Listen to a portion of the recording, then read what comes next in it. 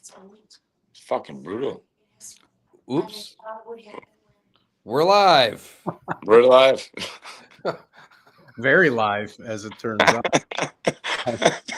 Hey, welcome to Tuesday Night Lights, sponsored by Cub and Hockey Yak. We got a big tilt. They're just doing lineups here. Number 3, Hill Murray, 14-1-1, taking on Benilde, 11-4. And man, do we have a list of guests today, starting with the Riddler himself, Mr. Troy Riddle, joining us. Welcome to the program, Mr. Riddle. Oh, thanks for having me. We got so much to talk about, and I don't even know where to start with this. But the first thing you said is like, did they get a new arena in Aldrich? And I'm like, no, it's just that our cameras are that good. No, it's a lot different though. They painted the bleachers. When was the last time you were at Aldrich Arena? No, it's been a minute for sure, but yeah, they used to be like green or whatever. I think. It is like it doesn't. I mean, that looks like an original arena. Like it's brand new or whatever. We've got the anthem here, so we'll pause. We'll mute us. We'll let that work, and we'll be right back with more. Take off your hats, boys.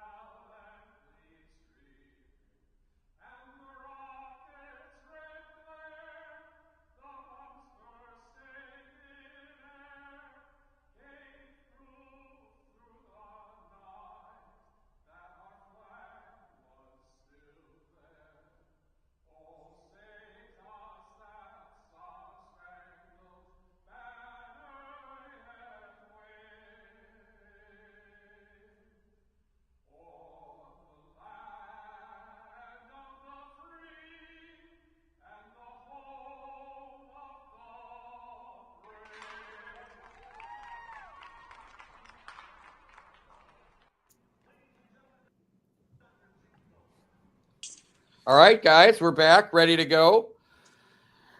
I didn't realize it was like when your hats off there, you were like, oh shit. I was like, yeah.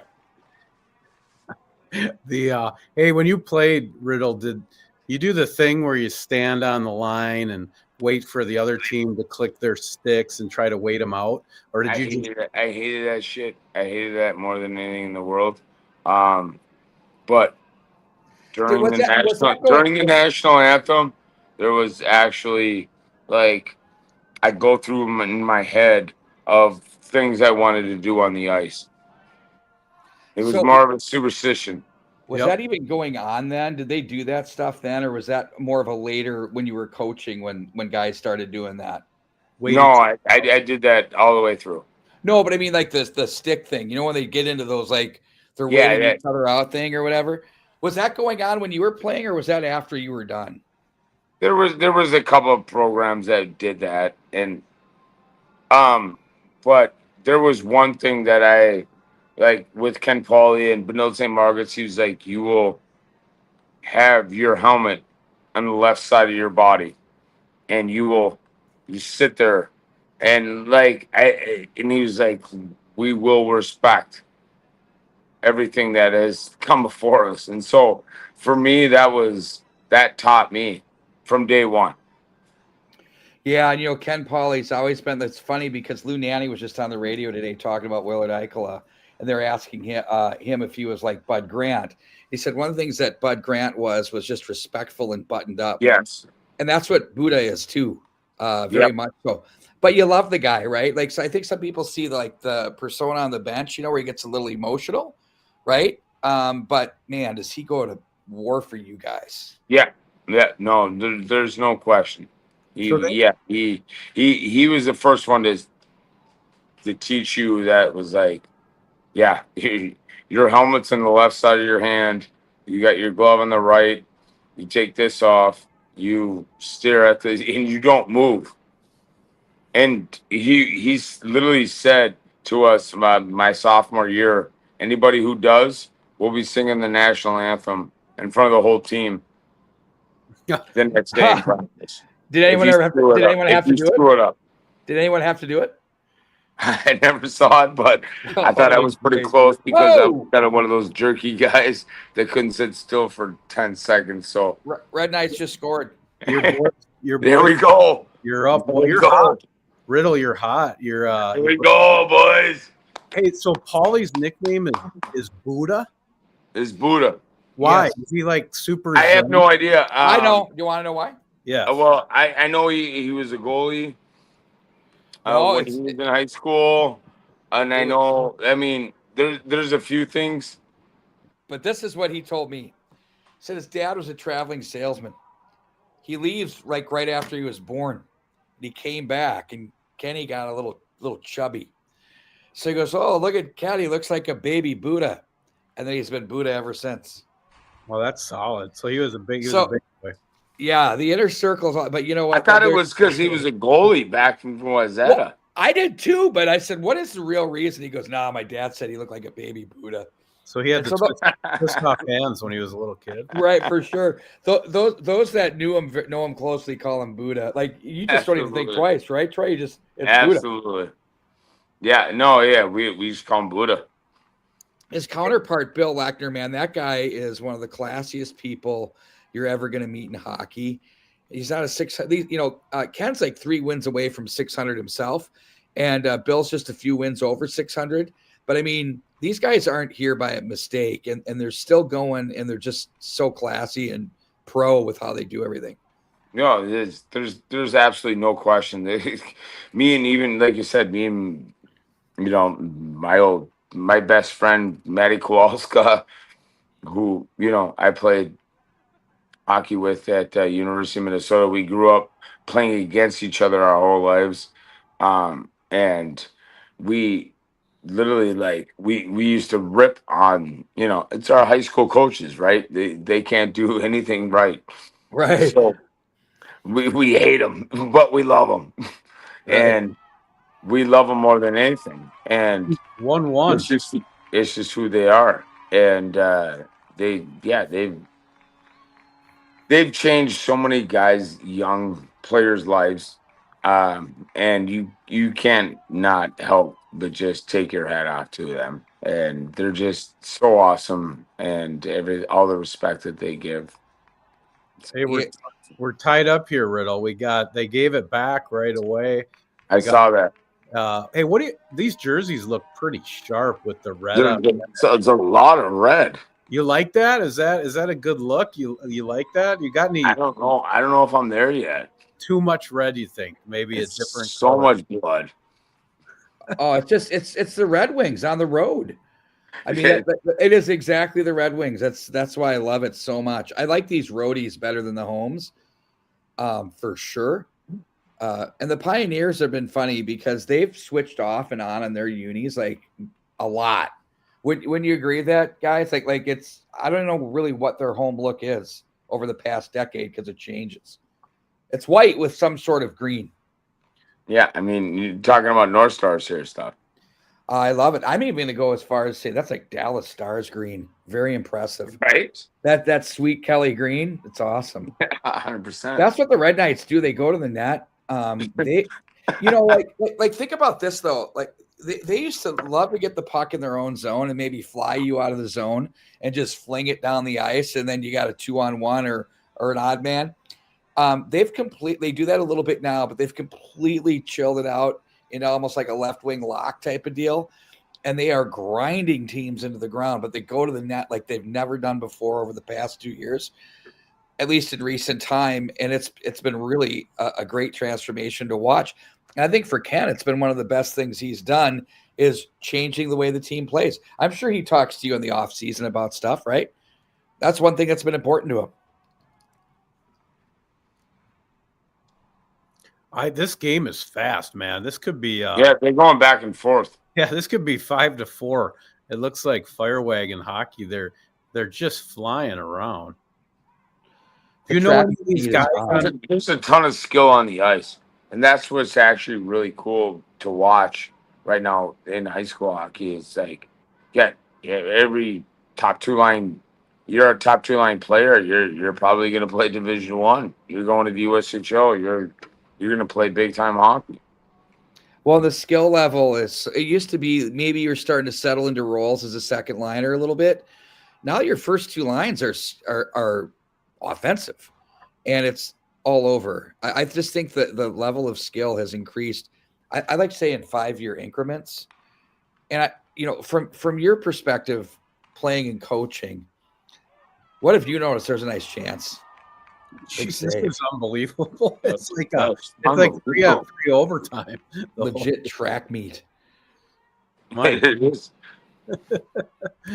I feel like I like that. Those old Babe Ruth videos where he's running around the bases extra fast. They get down the ice in like a second. They really do.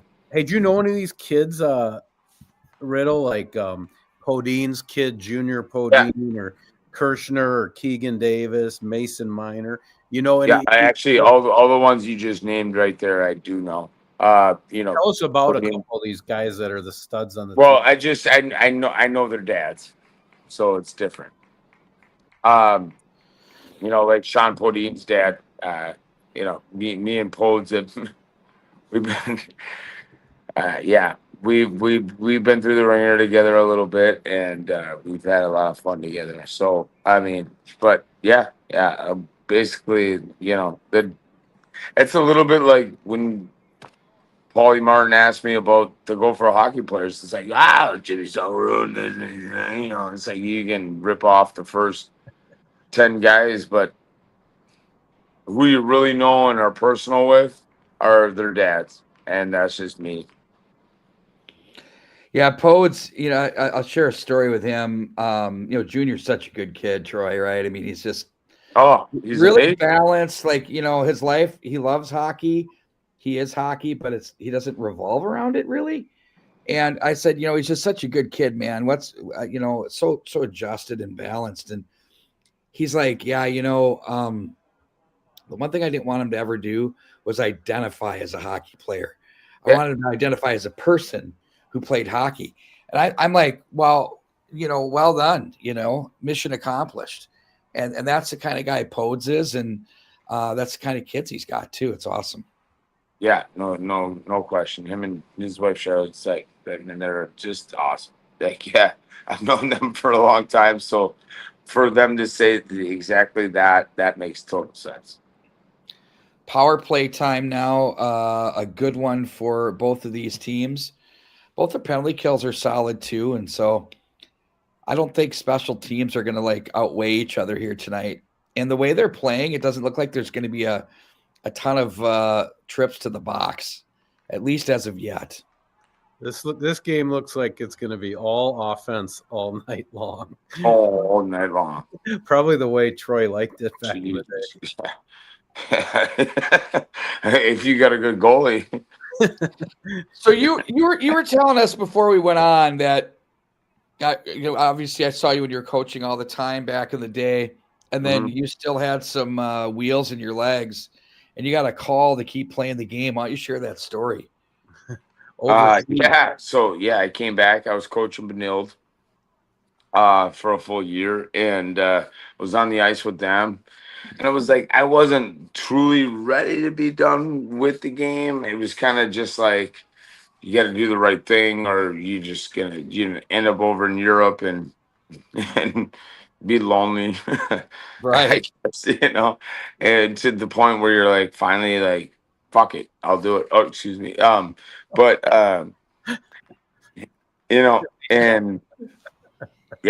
I just went for it. And a Japanese GM called me and he was like, how much would it take for you to come over and play for Japan? I was like, Give me 100 grand. How many games? 28 games. Hey, yeah, sure, we're good. We're good to go. That's a pretty good per game rate. So did you ever ask him like, where did you get? Where are you finding me? Like, how did he know you're available? Was he working? He must have been working all over the place. Well, Or he that's knew when the somebody? internet was going there, and you Yeah. were able to go on HockeyTV and take a look. Oh, Hockey DB, legendary. If I could hack into anything, I'd still be playing. What Oops, sorry. what city were you in Japan? It was a city called Hachinohe. Wow. What Did was you it? Well, how'd you food and stuff? Did you like living over there? Loved it. It was the best place I've ever lived. seriously? It was the year after the tsunami came, Okay. Oh yeah. and so the country itself was a little in ruins, but man, it was the coolest place ever. Like food, I mean, because I love fish and all that, but just respectful, clean. Yeah, when I left my last day, it was the same lady that was at the grocery store, and it's like we sat and had a bow off. I'm like, I was really like, I'm gonna bow. She's like, no, I'm gonna bow. She's like, and she has to bow last because she's the one. But yeah, no, I absolutely like the most respectful people in the world, the most cleanest people in the world. I mean, yeah, I mean, they left taxi cab drivers and they'd carry you in and put your wallet on the night table. That's great. Did you ever? What do you think about a little bow as a celly? You score and then just do a little. Oh, it would have been amazing. It's a classy bow. I think you're onto something. I think you're definitely onto something. No I question. haven't seen How were that. they? What was their knowledge of hockey as fans? How'd that play out? What's crazy was that Japan was I thought their main sport was like Mr. Baseball. You guys remember watching that with Tom Selleck? Yep. It was exactly like that. Really? Exactly. I had an interpreter, and his name was Shuhei, and he was the best. He was the best in the league. Man, this guy just is like, Troy, no, you're not doing that. You're not doing that. You're not doing that. And I was like, oh no, I'm doing that. And he was an awesome person, and he actually ended up getting called, like they say, called up or whatever, but to do Major League Baseball for all the guys that were coming over. But either way, he was yeah, it was amazing. It was an amazing experience. I mean, I couldn't even comprehend any. I mean, I played in Switzerland, Germany, Austria. Wow. None of it compared to Japan. Wow. When you were a Gopher, Riddle, you had 177 points, which is nuts. What's your favorite moment of being a Gopher?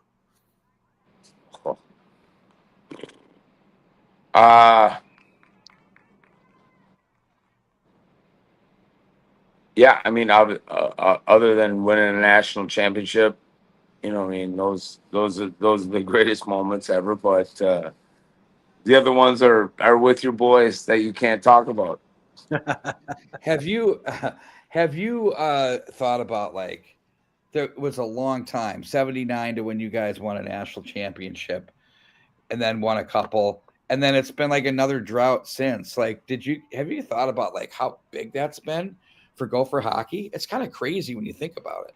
Yeah, it definitely has. But it's like, but they've been right there. Right. It's funny, even going to the summer golf tournaments and those things, and starting to meet some of the players and some of those guys, and it's a different era. It's not like we didn't have cell phones and Facebook and TikTok and all this bullshit. We ran hard. Yeah, it was just a little more of a simple time there for sure. Like, no question. It was different. Yeah. You called the guy and you left a message on his phone. How long had Don Lucia been there when you were there? Were you one of us? Did you come in with him, or had he already been there? I can't remember when he started. You had to be a It whoop. was so Don was my first. We were Don's first recruiting class. Okay. Wow. So Yeah. he came in. He was coaching. Right away he came in. He was coaching that year, but we were his first recruiting class. So you're his first group that got to him, and He was the first guys that we were the first guys that he recruited that came in. Did you have to go to the Ushel before you got up, or did you go right in? Excuse me? Did you go to the USHL, or did you go right in? Yeah, no. I my senior year of high school, I went and played for the Des Moines Buccaneers. Okay, but then when you were a true freshman, you were playing college hockey. Yeah, no doubt about it, baby. Can you imagine having to wait till you're 21 now to be a freshman? Wouldn't that drive you nuts? Yeah, no. So now you got if that's what it takes, that's what it takes. Right. So you got a little one now that's starting to play, and you got to get him all dialed up. Right? Oh, he'll be on the bus. He'll be in the WHL by the time he's 13. So you're telling me he's a first round pick, straight in. Kowalski's on the ice right now with his kid, and we're gonna dust them. That reminds me that we're gonna win the draw. We're gonna hit him, and then we're gonna take his old lady. How about the story where you guys were supposed to scrimmage with the Pios when Matt was playing, and you're on the bus? What happened? So this is a real story. So we both made the state tournament, and from what I knew, Buddha, told me that he was. He was like, "Hey, we're gonna scrimmage Hill Murray, and we're gonna go to Aldrich, and we're gonna scrimmage Hill Murray tonight." I was like, "Sweet." He's like, "Yeah," and we were kind of all jacked up, like it didn't phase us. We were ready to go. It's like, hell yeah, let's give Hill Murray a beating. And you were Class A, they're Class AA. Yeah. Okay. And so we were on the bus, and then we got about a couple blocks down the road, and Lechner called Paulie and canceled the scrimmage. And you never let Matt Kowalski live that down, did you? Not ever. So in your mind, did you win that game? You did, didn't you? 100%. I was like, it would have been the best thing for you guys. You guys went 0-2 barbecue. So good. Hey, Kowalski did have the what he referred to as the Polish leap in 02. I was there at the X, and to tie that game up straight to the bench, jumping in with the boys, that was pretty sweet. He claims that's a Hill Murray move. It is. Back in the day, they used to always go to the bench and celebrate. We did not see that on their goal tonight, but I guess that's how they used to. No, they go to the bench. No, he kept saying that. I love the Polish leap, but I don't love how he brings it back to Hill Murray. I have a problem with that, but I love the Polish leap. Oh, I got a picture of it in my cigar room in my garage. I was chasing him. I was about a foot behind him. So yeah, no. So good. So John, who do we have coming up next here? We got an action-packed show full of. You'll like this, Riddle. We got actually our guests are crazy. We're gonna have Jack Jablonsky on tonight, and he'll update. What? We got Jabs. Jabs is coming on. He's out on the West Coast, so he'll be a little later. Yeah, he's eating dinner. He's about eating dinner. We got Jabs on tonight. Yeah, we got Kowalski coming on. We're gonna have Leo Gruba, who had a nice run with the Pioneers, and now he's a Gopher. Brian Bonin's gonna hop on. Bonsai. Yeah. You guys want to hear a cool story? Me and Brian Bonin. I got a good one for that one. Well, if it's clean enough, try it. Yeah, no, it definitely is. All right, what's the story? Go. What do we got? Well, I mean, so I got my first year pro was 2005, and playing for the Worcester Ice Cats the year of the lockout. NHL locked out that whole year, and so Worcester, Massachusetts, and I get a call from Donnie Granado, who's our head coach, and Donnie Granado is, and he goes, we just picked up another Gopher, and he's like, he's staying 2 floors below you. He's like, "Go, you're gonna go and take him to dinner." And I was like, "What?" I was like, "Who?" I'm thinking it's like a Matty Kowalska or Grandpa Tony or Paulie Martin, somebody got traded or something, to the squad. And then yeah, so I went down there. He wouldn't tell me. Donnie Granado wouldn't tell me who it was, and then I went down there and knocked on the door, and it was Brian Bonin. Hobie Baker himself. I was like, in the house. Yeah, so me and Brian Bonin got to have dinner that night. That was one of the best. I was like, I was always a huge Brian Bonin fan. So yeah, was he about 8-9 years older than you? Yeah, he came out of retirement. Wow, he's 96. Yeah. So did you go bubble when you played like Bonin, or were you a cage guy? I was bubble in college, but I never even wanted anything on my face. I was kind of one of those guys. What are you going to do with the little kid? Are you going to go bubble with your son or No, he won't wear a mask ever. So if you can't play the game and you don't understand, if you don't understand how it works, it's going to hit you in the face. So he's grandfathered. He's going to be like Jamie Benn. Absolutely. No face shield. Okay. Absolutely. Nice. So we're gonna go Ryan O'Reilly, Jamie Benn, Bogosian, Ryan Reeves, and then Riddle's son. Those are the last five. Yeah. And then Rory Riddle. Yeah, absolutely. Yeah. Rory Riddle, that's a strong name. Get ready, boys. Write it down. Hey, is he kind of filled with rage if his name's Rory Riddle? He wants to punch everything that comes in front of him. That's good. Like Bam Bam. Yeah, it's exactly what he is. Mm-hmm. Oh, he's traumatized. He's traumatized up no matter what. We are coming up at the break here. We're gonna step aside for a second because Spencer's got a concession stand review. That's at the period break. Yeah, when we were at Hossey Arena, he chirped the hot dog, and then he actually took it, and then he went 180. So see where he goes with this one. Kind of curious. He's always doing the popcorn though. Yeah, he's pretty. Sure. He spent some time at the concession stands. I trust his judgment. Yeah, he's not shy. Do I need to give Matty Kowalska a call here and give him the feed to call in? There's no way. There's no way we can have you both on at the same time. Yeah, no, it's gonna get ugly. It'll be mayhem. I don't know, man. That is. Does he have the link, Troy? I didn't email it to him. Hey, tell us more about this. It's his name. It's his name, Matthew Kowalska at Gmail. Oh, great. Please. There you go. Everyone has that now. Tell us about the artwork. I want to know more about this scene. Is this something you picked out behind you, Riddle, or is that your wife did that, or what's going on? No, that's real. I'm not even messing around. Oh, that's a window? Okay. That's how I roll on the daily. So it's just well lit where you're at. I see. It's just a good backdrop, boys. Where's your kid going to play? What city do you live in now? We're not going to talk about that. I'm going to hide him until he's ready. I'm just going to leash him to the world when he's about 14. He's just going to train him. I'm going to send him to Shattuck or right to the Dub. As we're talking high school hockey, that's awesome. I know nothing. Well, I told Buddha I'd give him 2 years.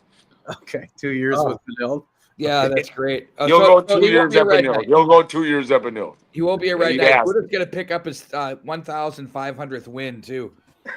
When he gets there. He goes. I told him he's going to come with parental issues and championships. That's about it. Well, I mean, that's all you can ask for.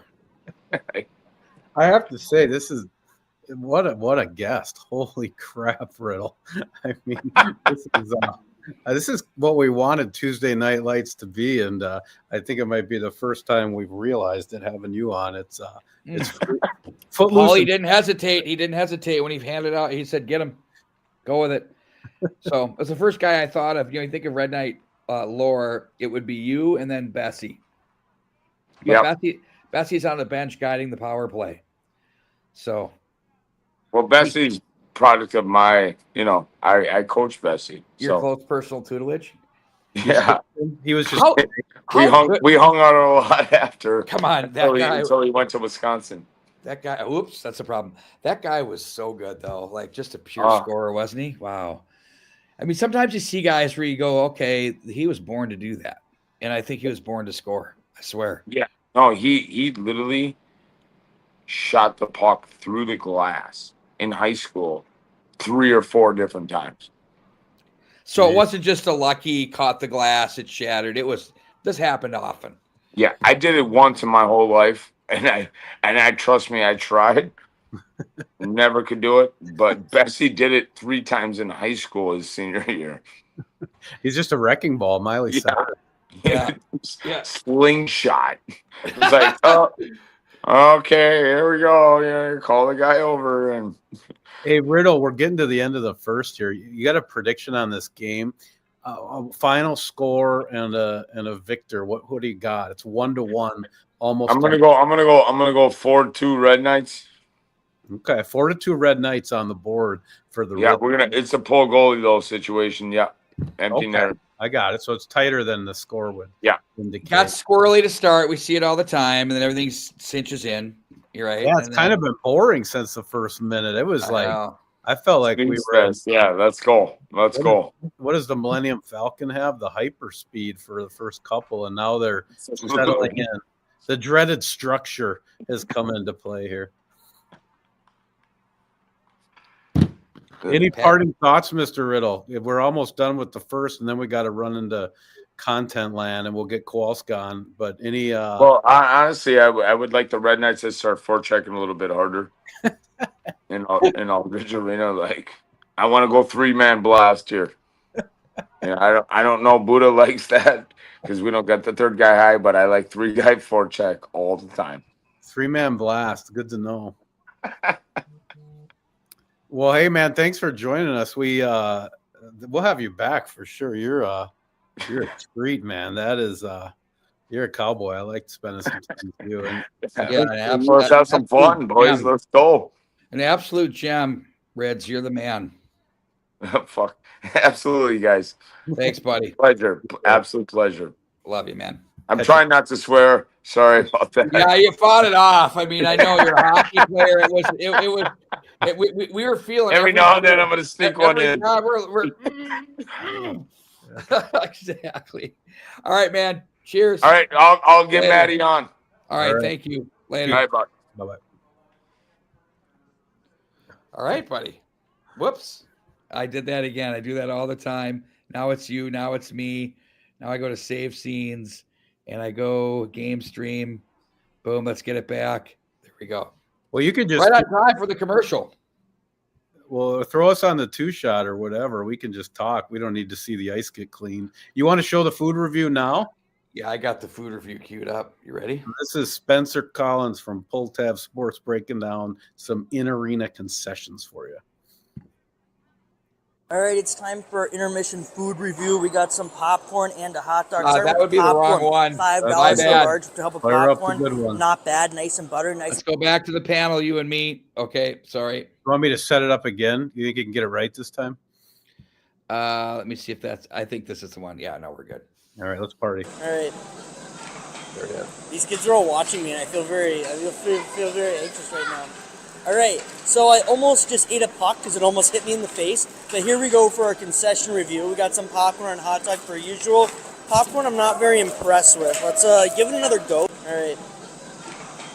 These kids are all watching me, and I feel very anxious right now. He's a popcorn connoisseur, man. So I almost just ate a puck because it almost hit me in the face. But here we go for our concession review. We got some popcorn and hot dog per usual. Popcorn I'm not very impressed with. Let's give it another go. Yeah, she is. A little on the cold side. We're here next to the women's bathroom and a heat room, so it's getting real interesting real quick. I was told that these are the best hot dogs in the state of Minnesota, so they said it on the loudspeaker. He's really excited up there. He's repping. We also gave them the puck that almost hit me in the face, so they're real excited. Holy crap, this is a fat. Have you guys had these? Yeah. They're fat. They're fire. Are they the best hot dogs in the state? Oh yeah. That's what they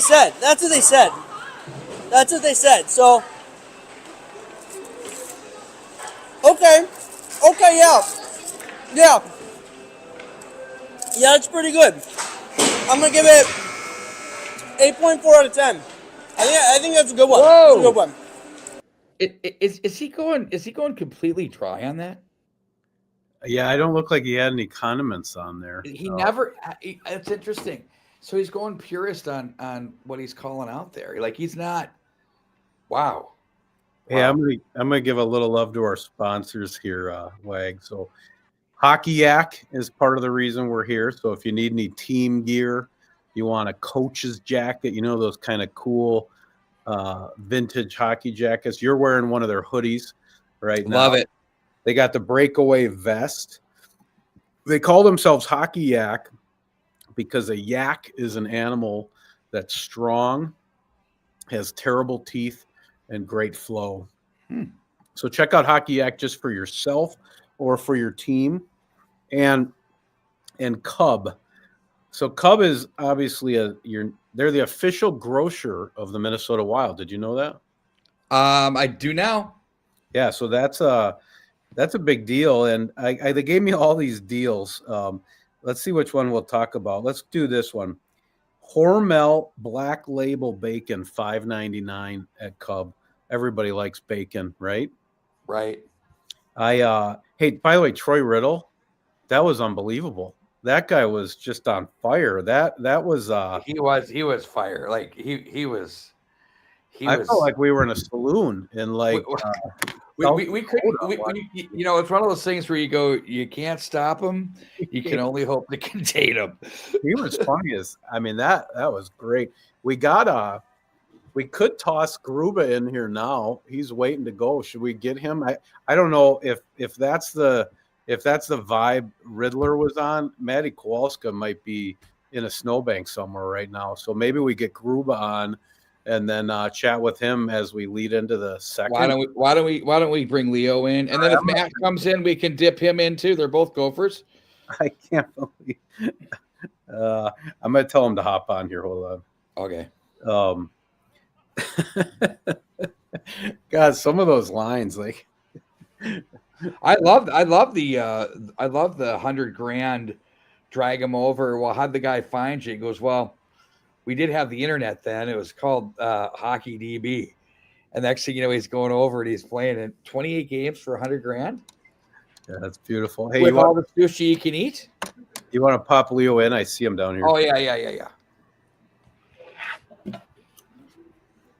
Here we go. Can you guys hear me? Yeah, baby, you're in. Yeah.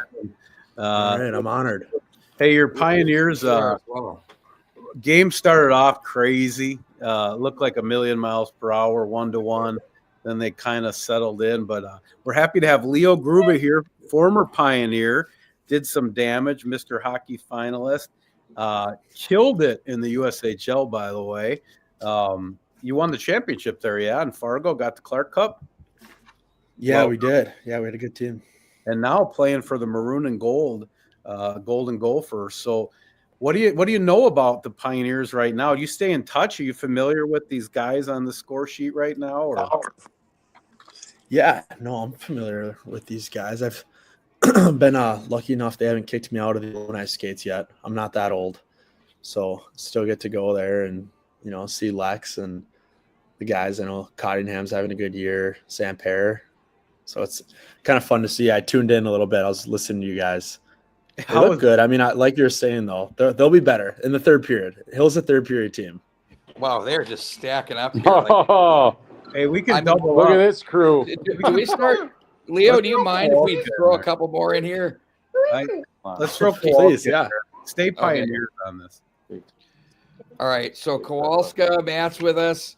I mean, do we have room for the Riddler? I'm going to go with an on-air production meeting with. Boys, can you hear me? Yeah, we got you, Maddie. You're on with Leo Gruba as well, former Pioneer and as well as Gopher. So we're stacked with the green and black right now. We only have room for 4, so Ritz is just going to have to sit on the sidelines and take it in while Matt Kowalska takes pot shots at his best friend and former teammate. Where are Matt, you? How was practice? Oh, jeez. Matt, can you hear us? Oh, he froze up. Okay, back to Leo. let's take a pause on that. Yeah. I don't know what's going on with Leo. Tough act to follow. I think Troy Riddle did somersaults through our first period here. But tell us, how's this Gopher team? To me, looks like it's like Motzko's dream team, right? You're really deep. You're not relying on one line. You got really nice D. What's the culture and what do you make of this year's squad? Yeah, we got we have a really unique group in the fact that, like you're saying, we are super deep.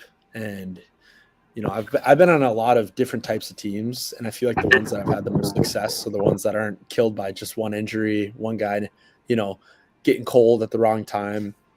So, we also have 2 goalies, which kind of plays into what you're saying about us being deep. And yeah, it's a pretty exciting group, to be honest. Like, you get kind of, you start talking about when things are going to come down to the wire and you have these 1-game series, like, which is scary for any team because, as you've seen, like, we've seen some good teams get bumped out. But it's nice to know that, like, like every day you see different guys showing up in their game.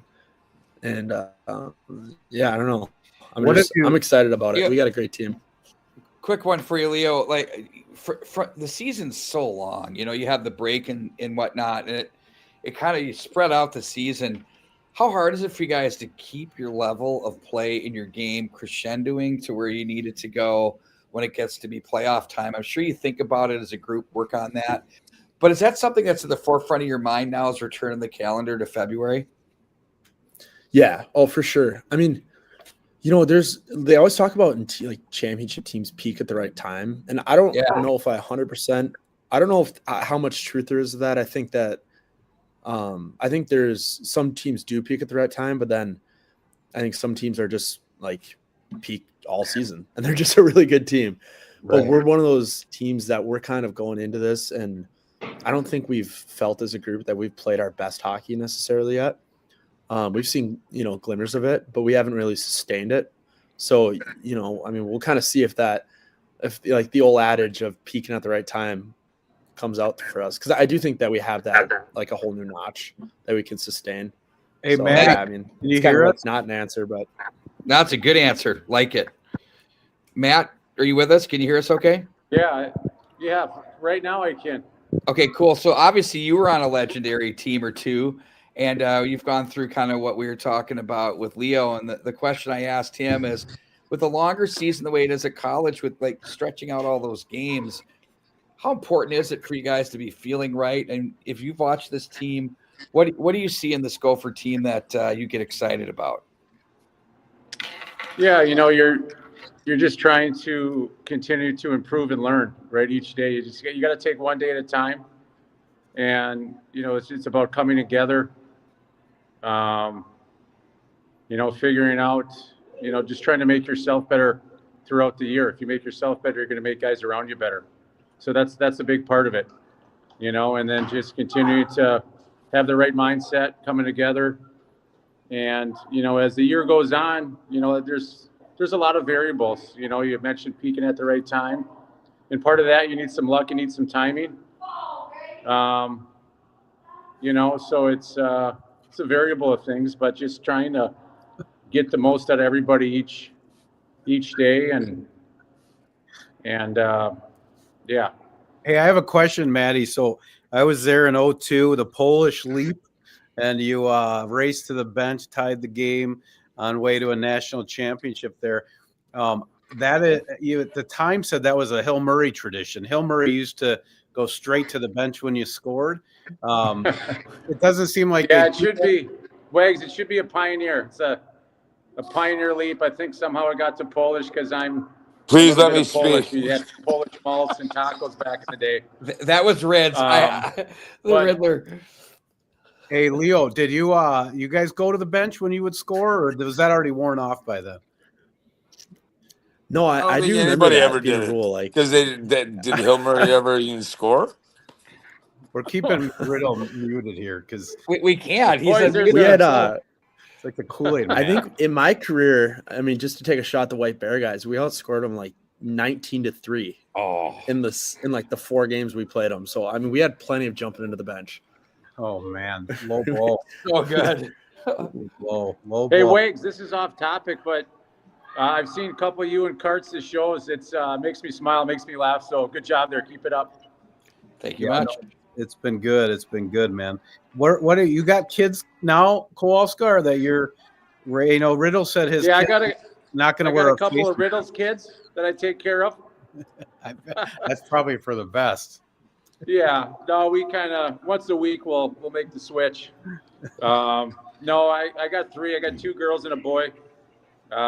Rue, Lara, and Finn. They're 12, 10, and 7. And So, what city are you in? Where are you raising your kids? Where are they playing? Fergus Falls. Nice. So my parents, we had a cabin up here for a long time, and actually there was 3 years where before the season started, the boys, the team came up to my parents' cabin. We hung out for the weekend just to hang out, get to know each other. And then I met my wife up here. She's from here, so I've been here for 15 years. That's awesome. What do you like best about it?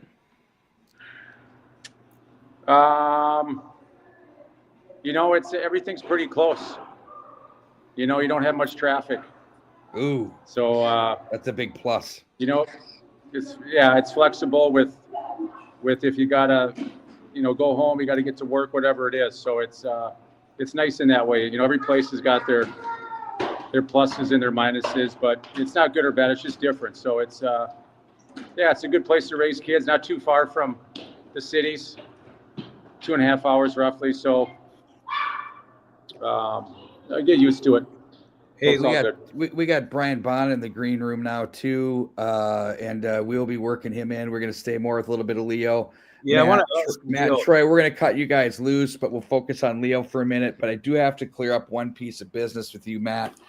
It was something the Riddler was talking about. They were on a bus over for some scrimmy with you guys, and that Lex called off the dogs and said we're not taking on a Class A team. Is that true? No, I cannot say that's true. Fake news. I never found out about that. Okay, it's fake news. Okay. The only time I heard it was after the fact when Riddler, when we were our freshman year. I don't know if it was in the dorms or whatnot. He's never going to let it rest. I know Lex wouldn't do that, because we had a pretty good squad that year. We always usually say it. It's you get the double A team, you get the big boys, and then sometimes you get the Class A kind of JV teams. So I don't know what happened there. When my son made just stats patterns, those are, yeah. When my son was just on single A, I used to always say there's only 1A in state, son. That's how I compensated, Wow. to getting down. But no, we'll clear that up. Hey, Leo, I was going to ask you about Rinzel. He's been a treat to watch. I don't know that I've seen a defenseman like that in quite some time. That big, that skilled. He's kind of a Hobie type player, even on the back end. What have you been able to learn from Rinzel, playing on the blue line this year? Yeah, I mean, he's such a phenomenal player. Makes it look easy. I mean, if you see him ever off the ice, you see just how lengthy he is. I mean, just covers a lot of space. And, obviously he's got like amazing stride fundamentals. So he can just get up and down the ice so well. So, no, I mean, I've learned a lot about him as a player and just how he shuts space down, how good he is at, at getting pucks managed, on the blue line. Because like you're saying, he is kind of a Hobie candidate player. It's not all just the points. He's actually a very well-rounded, responsible defenseman. He's one of those guys. He's one of those guys when he moves, it looks so effortless. And it almost doesn't look like there's any compete in the game, but no way. I mean, but it can be deceptive when you look at a guy that it's almost effortless with how they get from east to west, north to south. Yeah, for sure. I mean, I think there's some people, maybe I'm one of those guys, honestly, like where you're like, oh wow, he's a very effortful player, but that's not necessarily that's not like a good thing to look like you're putting a lot of effort in. You know, Well, what I you mean? get all If the you're gonna moving be putting parts. it You know, those guys, PE. when you're Yeah, like yeah. in sports and peewees, everybody gets all the attention because they look like they're working so hard. But Exactly. Yeah. that's He. class. I mean, it is kind of like a silly thing when people think that's he doesn't have to compete because it doesn't look like he's putting effort in. It's really just because he's such a phenomenal skater, so powerful. Were you guys in Fargo? Did you play for 2 Clark Cups back to back? One against Youngstown, maybe they won that one, and then last year Exactly. you guys won. What was it about that team? I mean, that's a hard league to do that in back to back. What was special about that team at Fargo? Yeah, I mean, we had you know the name Kerry Eads? Oh, love him. He's kind of a legend. He kind of I would say him and Andrew McGurna, who's now assistant coach at Bemidji. Mhm. They kind of did a great job. I guess you also, if I'm going to say, I got to tip my hat to Coach Demers, who actually passed away this last fall of brain cancer, but he was a part of that group too of just phenomenal draft. I mean, they did such a great job getting pieces that came into fruition towards the end of that year in Fargo. And then the next year when we actually won it, that coaching staff had moved on, but the players that they drafted came in, and I mean, I could not speak higher of those guys. Just Fargo was such a great organization. You can tell with McCullen coming in, it was going to be something special from day one. Just the amount of effort they put in to the details. Well, to be completely honest, if I may, just one more thing, John. When you look at some of the USHL teams, it's kind of a crapshoot, I mean, you could get an Omaha situation or you could get a Fargo situation. It's kind of both ends of the spectrum, then everything in between from an ownership and from GMs on down to the staff. And just observing the league from my perspective, all of that was always on complete display all the time. And it's no wonder that, great players, great team, great management. So tip of the cap there. And it's great that you could take that experience from Hill Marie to there, now to the University of Minnesota as you continue your journey. Yeah, it was special there. I couldn't say enough good things about it. Leo, do you think what prepared you more for NCAA hockey? Was it the USHL or your brief summer internship at Pulltab Sports? What do you think set you up more? It's got to be a coin toss, right? It was. I mean, you got to learn both sides of the puck. You got to learn on the ice and the business side of it, right? You really do. A little bit. You got that was a great experience. NIL, you got it's all coming at you now, so you're pretty well rounded as a young man. On the serious side, you put up 57 your last year at Fargo. As you adjust to the big man's game in the NCAA, what do you have goals for yourself, or how long do you think it'll take you to really feel truly comfortable and kind of as you get older at the U? Yeah, I mean, I think that college is a 4-year game, and you have these special players that come in and they dominate from day one, and I think that is a complete complete opportunity for anyone to do. But at the end of the game, there's a lot of rounding out that you have to do in your game if you want to get to that point. You talk about Sam Renzel and how good of a defender he actually is, even though he puts up points. And, it's kind of like an old, everyone says it, but you're a defenseman and then you're an offenseman, but you're not one before the other. So I think that for me, coming into this year, just the experience of getting to play against all these top forwards, it's taken a little bit to maybe get the offensive side of the game going, but it's been so beneficial for me to be able to play against guys like Snuggerud and Wood and Moore and really focus on that and kind of, really lean into that role of, being a very good defensive player first. And I think as time goes on, you kind of introduce the more flashy parts of the game. But at the end of the day, like I was saying, you have there's a reason you have a few years to do it, Hey, should we bring in Mr. Hobie Bonin? And why don't we? Brian, can you turn elbows with Leo? For sure. Brian, can you turn your camera on though by chance? Or you get to be one of those? He's old. He's old like us. This is going to be hard for him. I know. Be like one of those guys in the Zoom meetings that have the camera off, right? Yeah, you're muted. You only need the microphone. So come on. You're muted. Yeah, every time. You're muted. John, you're muted.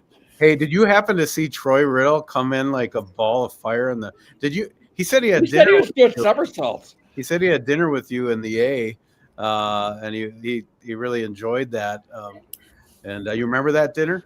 Well, yeah, and you should have let me know earlier that he and Kowalska were part of this. Like, what the heck? Those are two great personalities, by the way. You should have kept them on longer. However long you had them, they should have been on. We had the Riddler for 30 minutes, and we were on pins and needles for when the next F-bomb was going to fly. I'm like Mr. High School Hockey streamer dude, just losing my mind, just going, my career's over. Thanks, Rids. How's life in Milwaukee? God. Yeah, he's a beauty. No, he's the best. So Brian Bonin, obviously big-time college stud, Hobie Baker winner, pro player. We're on here with Mr. Gruba. Do you remember watching Leo play? You must have overlapped with your kids and stuff. So break down Leo's game for us a little bit, Brian. Oh, break down Leo's game. I don't know. I can't remember who coined the term a ways back. Riverboat gambler. I think we've gone over that in the past a couple of times. Yeah. It's kind of my style, though, too. Through youth hockey and through high school, I think you got to teach creativity. You got to teach people to take opportunities, and then teach them after the fact where they make mistakes. I heard a little bit about what Leo was saying, and it's when do you go, when do you not go? Who's covering for you? Who's going to bail you out? You got to start to understand that in the game. It's very, very difficult. So I like that mentality that Leo seemed to have back in high school. In fact, I think, Johnny, we could go back. I don't think we suited up against Leo at some point, but the old Johnson Como crew, these guys were all about like playing hockey. Who's going to get to 7 first? I appreciate that. You can slow things down. And in fact, looking back last weekend, went to watch Leo play, and they beat up Notre Dame really bad in the first period, game 1. Then things really slowed down, period 2, period 3, and day 2 didn't go so well. It just speaks to the difficulty of this game and how easy it is actually to defend. So you need people to make plays. You got to be able to call on Leo at some point to make a play, to beat a guy, to make a good pass. So I've really, really liked that about his game for a long time, and I think I'd have to say, I think we stole one at the U. We stole him away. That's good. The Pioneers think they have one here, but ref says no. It looked like a little dribble by the netminder, but no goal. Riddle says 4-2 Benilde. What does Leo think the winning score and team is? And Bonin, you got both sides. White Bear player, Hill Murray with your boys. So what are your predictions on this game, guys? I'll go first, Mr. Bonin. I don't know if you want me to do that or budge in front of the Hobie like that. I don't know. But I think I'm going 3-1 empty netter, and I'll take Sam Pear for the goal. This is detailed. I like this. Yeah, kind of an easy pick there, Sam Pear. I love his game. He's a good guy. Yeah, he's doing damage this year. I was shocked. So his stats, they really jumped out at me. I don't know of how normal this is in your conference, but what has this guy done already? He's gone 23, 46 points in mid-January. So that's pretty ruthless by Mr. Bowden Samper. Yeah, they got a nice top line here this year. I don't know. Don't take offense to it, but where were they last year? There you go. There it is. There is top line. Each year you get another, year number of games under your belt. It makes a big difference.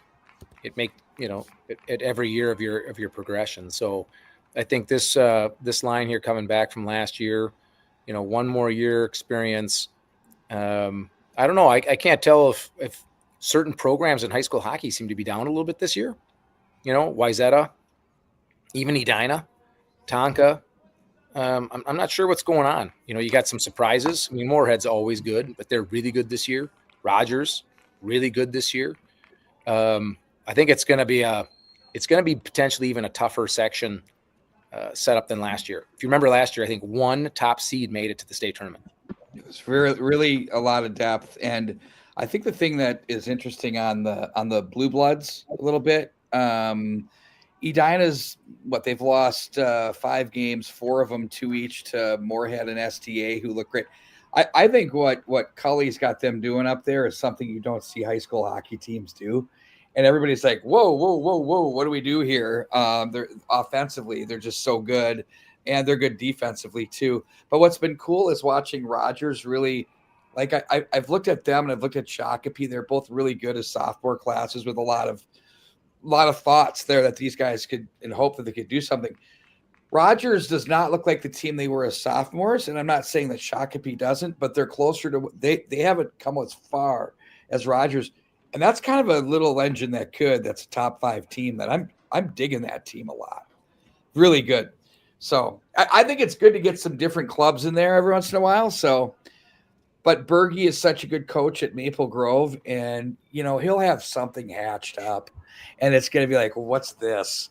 So we'll see what happens. Right. Well, we saw a lot of that. Yeah. Last year, it's tough. You get to those 3 games, and maybe even the quarterfinal is a little bit easier, but that's got some people sweating. After that, now it's just anybody can beat anybody. You ask about the score of tonight's game. I mean, I don't know. We did this a couple of weeks ago, Stillwater White Bear, and that thing didn't go even remotely the way anyone thought. These kids oh my gosh, these kids get nervous. They get, Hill-Murray just scores a goal here. And I mean, look at Benilde can't even get in the zone on a power play. It's funny how it ebbs and flows, and we're still kind of early. These next 3 weeks, things really start to happen. And I think the good coaches figure out, what do I need to do in those 3 games only? I got to figure out my mix for those 3 games. So today we're learning a little bit more about that. 2 top teams. I always worry about Edina. I hate it, Kinger. I hate that I worry about it every year. Giles is just, I think he's thinking about end game. He's always thinking about that. 100%. Yeah, and out of all the coaches I've seen, no one's ever done it better than him in that end game. It's just, he's got it down. I was at the Chanhassen championship last year against them, and that first period, I'm like, Edina's dead. I mean, Chanhassen's so fast. The whole crowd is cheering for him, of course.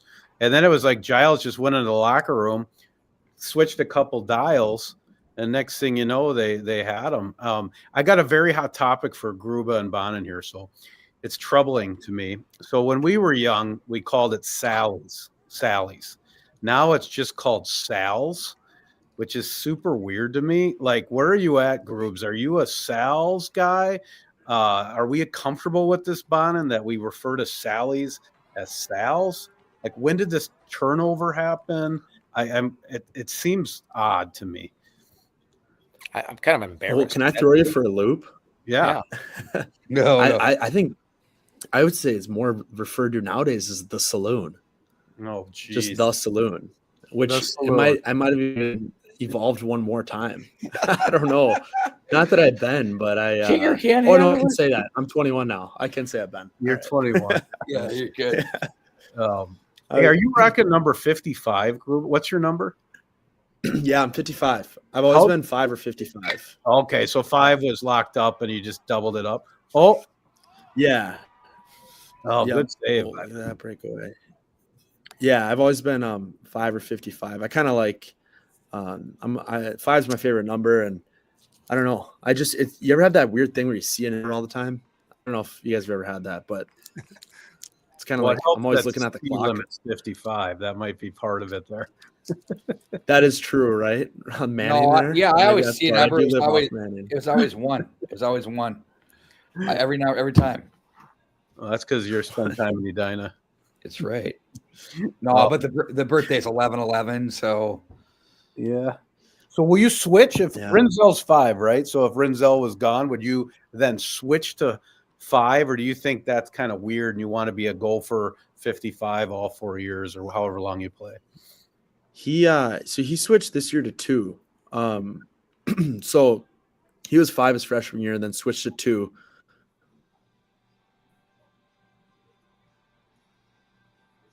Were we good? Yeah, just a little blip there. Okay. Leo looks a little frozen though. Yeah. Well, so it was great. I was hanging on every word here. At least his mouth is open. He'll like Yeah. that. Right. I always thought the player kind of makes the number, right? I mean, Oh yeah, I wouldn't switch either, right? Brian, the first guy I think Oh, that's of, 3-1. 3-1. He predicted this. first guy I think of with 55 is Keith Primo. I can't think of anybody else because it's a wide number and his shoulders. Remember those shoulders are just. yeah, he know. was. Do you have that with a number 2? Like you think of a number 7. Who do you think of? Yeah, well, me, it's Neil Broughton. Why? Of course, Can't help it. Yeah, it's just automatic. and even if you go back to some of those old North Stars, but yeah, that's funny. It is interesting how you ask in just generations like what number you want to be or not. I mean, I didn't even get asked at the U, like what number. They flipped it to you. Here you go. And then you have to like sell yourself into it, don't you? Oh, this will work. Right? Yeah. You 21's pretty cool though. That's a good number. Yeah, they gave me 12 to start. So I will admit I got last pick and they gave me 12 and I was like, that number is horrible. So they at least flipped it to 21. I actually don't even know why. They probably had a bunch of other numbers. So yeah, 21's not bad at all, actually. So yeah, kind of grew into it. I wore all sorts of numbers. It's kind of interesting to think of. As a kid, I liked 7. I wanted to be 7, but that ended quickly. Actually, in high school, I got the last pick in high school too. I ended up with 9. And I ended up with 9. Well, I was a sophomore. Last pick. There's nothing wrong with 9, though. That's as good as it gets. I liked that too. So then I got to the U. I got last pick again. I mean, I was the last pick every time, I guess. So what you're telling me is you weren't one of those dudes walking around in the 90s with a number chain around your neck. We saw plenty of those, didn't we? Yeah. We did. You see it and you go, we know. Is that your baseball number or your lacrosse? Yeah, we get it. Hey, Bonin, now that you're a empty nester, do you go to games ever? Like, are you going to any high school games live at all or not? I've only been to one live.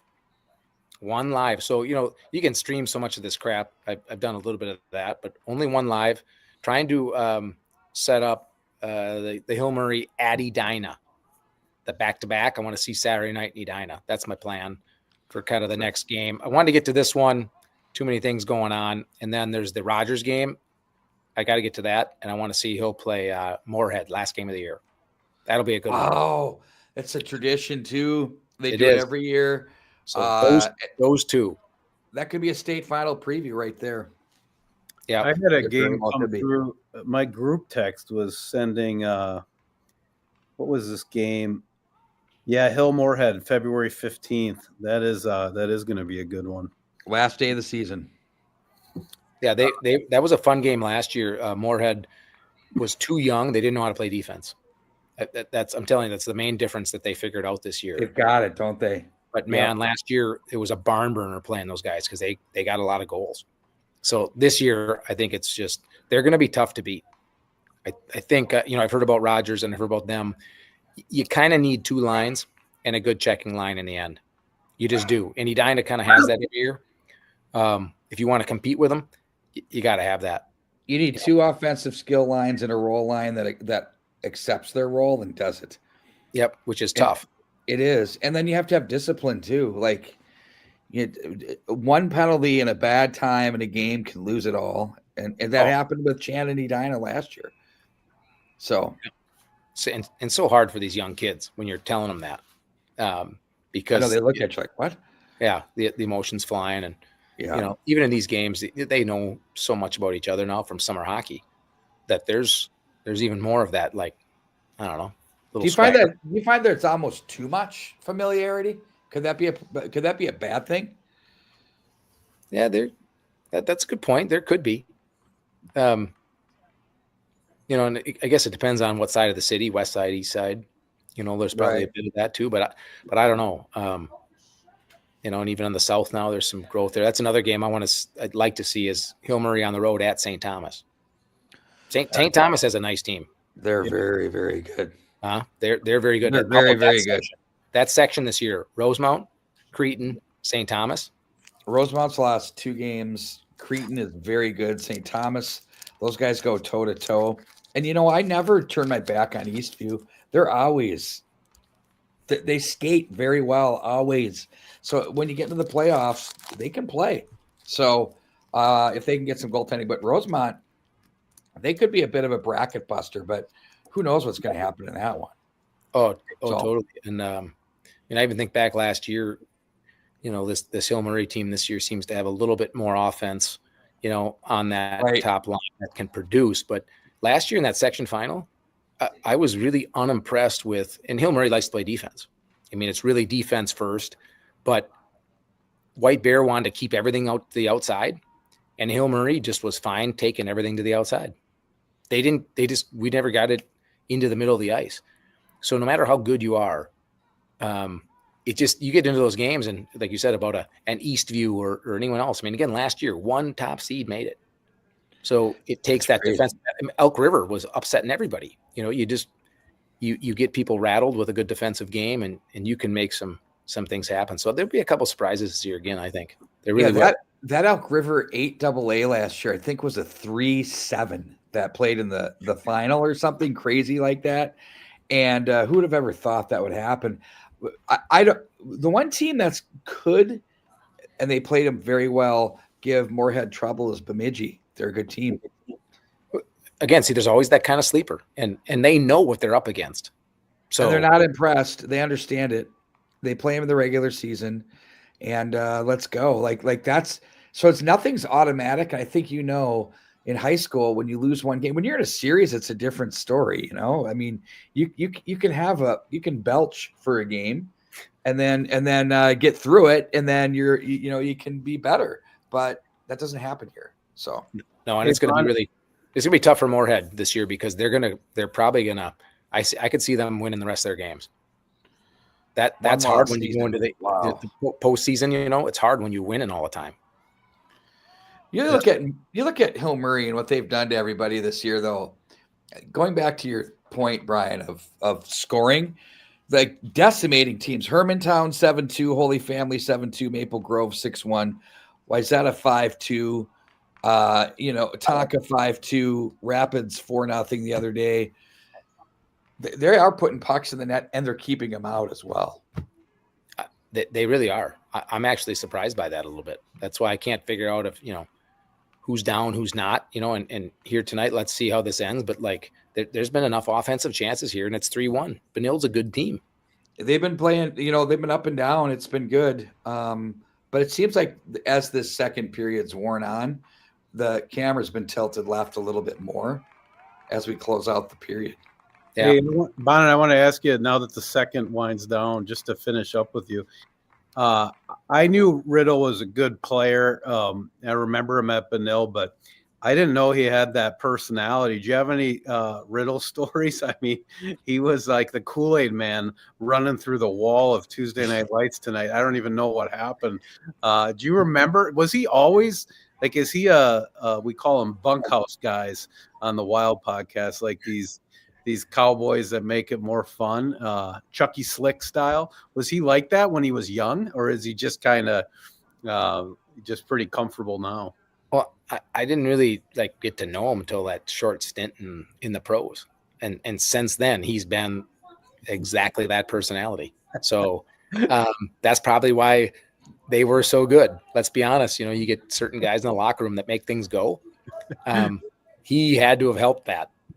Yeah, we might have to sign him to a 10-year podcast deal after the waves he made tonight. It was something, but oh my God, he's gonna ink him. He was like a junkyard dog. It was pretty awesome. But hey, thanks for coming back on and great bringing some wisdom. And you've been a big help making Tuesday Night Lights get off the ground. So always good to visit with you and get your perspective. And thanks for taking some time out of your weeknight, brother.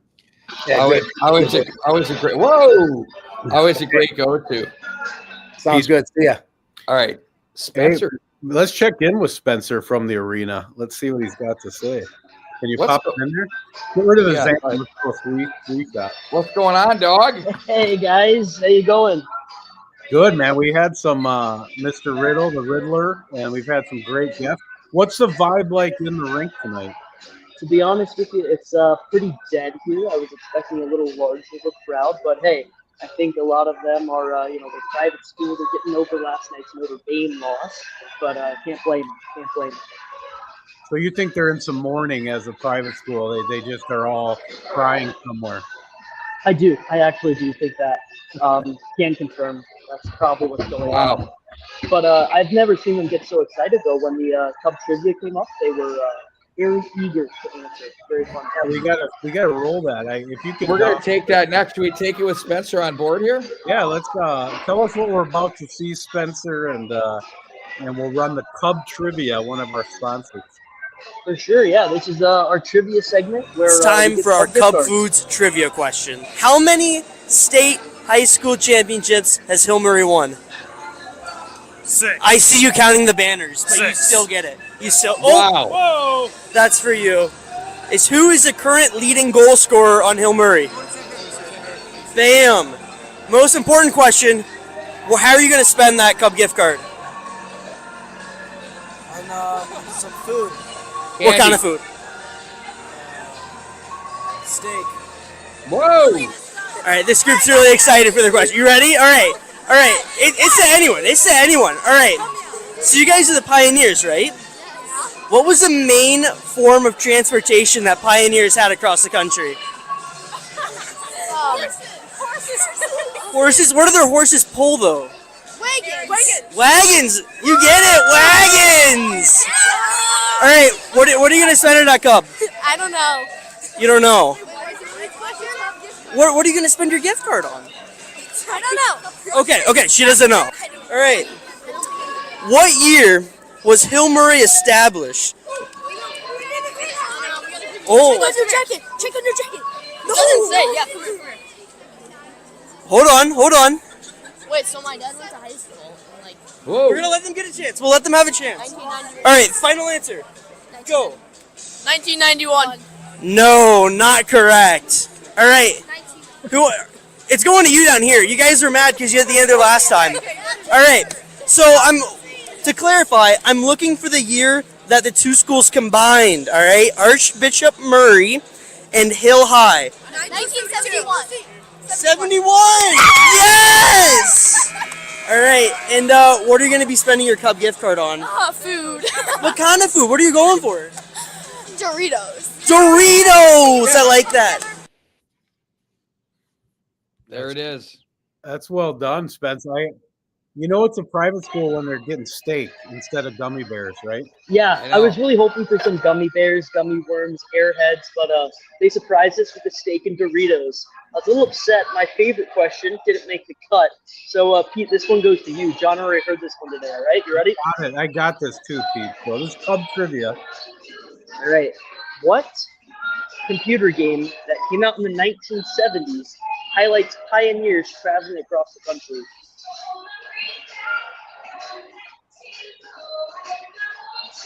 We played in school. Oh, man. The kid got it instantly. You're muted, buddy. I said I grew up in the 70s and I don't know. The Oregon Trail. Remember this? Oregon Trail. No, I don't. I was too busy playing the sports. All The right. kid got it instantly. I was pretty impressed. I'm not I gonna had lie. no idea. Wow. Hey, how did you like your mic volume on that clip, Spencer? Did you feel like it was loud enough to make ears bleed?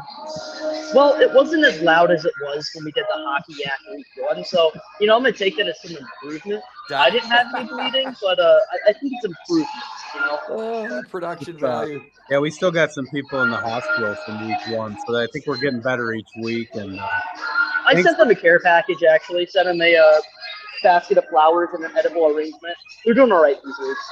that's good. How's the student section? Any student section from either side? There is no student section from either side. It's just kind of a scattering around. So we did a lot of hopping to get those Cub interview questions. And also, there's no band this week. Last week, I really enjoyed getting to play with the band at Lake Hill.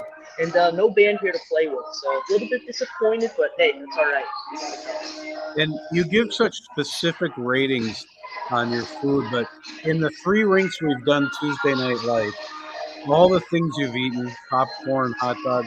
If you had to just pick one item that's the best item so far, what is it?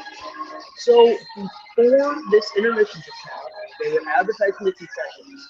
Before the game started, I heard them say best concessions in the city. They just said best concessions in the country. I don't think that's true, but I would say that the hot dog I had here today is top out of all three we've been to so far. Wow, that means something coming from you. And did you have no condiments on the hot dog? I like it plain. I'm a plain Jane. I feel like if you smother it in ketchup or mustard, it ruins the flavor of the dog. Then you're not grading the dog, you're grading the ketchup and the mustard. So there's a system. John? There's a method to the madness. John, I've seen it 3 weeks in a row. I've seen the plain Jane, and I sense, Spencer, you're treating it as though someone would treat a great steak. You don't need to sauce it up. That's what you're saying. I'm not putting A1 on my steak, and I'm not going to smother my hot dog. You gotta. Why would you ruin a perfectly good piece of meat? That's fair. Okay. I was a little surprised though that you didn't condiment it up. That was kind of shocker to me. It's just not my move. Not my move. Never been a real condiment guy. It's this may be a little insane to say, but it's like if people put too much sauce in their spaghetti, you can't take some noodles. You gotta be able to taste the noodles. That's fair enough. Is that referred to as eating a raw dog if you have no condiment? Are we allowed to say that on the stream these days? Is the state okay with that? I don't know. Thanks for being our boots on the ground. Maybe we'll check in with you later. We're going to go to the 2-shot and maybe bring in Jablonsky early here. No problem. Thank you, guys. You guys. Cheers. Good stuff. Hey, we'll bring in. Should we? Actually, let's bring in Jabs now. I'm going to send him a text and. Yeah, go ahead. Another time. Another guy that I was trying to get in is Mason McElroy, the goaltender from last year. He was on and he called Troy Riddle of Benilde-St.Margaret's treasure. I did get multiple texts saying more Riddle already. Did you really? Yeah, I think we might have. That might have to be the tone going forward. Whatever he did pregame to get ready might be the new way. The best part was when we were in the green room getting this thing ready to go. You and I were both there's no communication because you can't really do much, and we're like going, "Is this real?" Like what's happening? Yeah, and his wife, so good. His wife's yelling at him. I mean, and then we go live, and he's yelling back with a something bomb, and you're just like, "Oh." Yeah, it was almost like that Will Ferrell, like, "Bring me a cheese, more pizza, meatloaf." Yeah, they were screaming at Give me the meatloaf. Yeah. Oh God. I will say, like, I am very pleased with the image quality, other than a few drops like that from the network. But like the image quality here in this rink is awesome. Yeah, not bad. A few Monet paintings from time to time when we get the lag, but we can take it. There's worse things to do on a Tuesday night than watch some good hockey and listen to some perspective from some hockey guys. So I'm sitting in here in my studio with these lights. They're a little old school. I've got the Pulltab hoodie on. I'm starting to get some back sweat here. You don't take the shirt off on the air, man. I'm not going tarps off. I'm not. We're going full service here. Are you wearing a heart rate monitor right now or no? It's screeching. It's just screaming right now. This we're good. Team's interesting. They just kind of. I mean, when this game started, I was like coin toss, and then they just kind of beat you. They look to take over that second period there a little bit. You know, the one thing I know about this Red Knight team, and I do a lot of their games with our announcer services, they never stop. They don't get discouraged. They stick to their plan. And one of the guys we haven't really talked much about is maybe a little bit Junior Podine, just about his character. But as far as the type of player he is, such a high compete level, an incredible hockey mind, so gifted and skilled, makes others around him better. That he's a type of guy where he can get things turned around in a period, but he does need help for sure.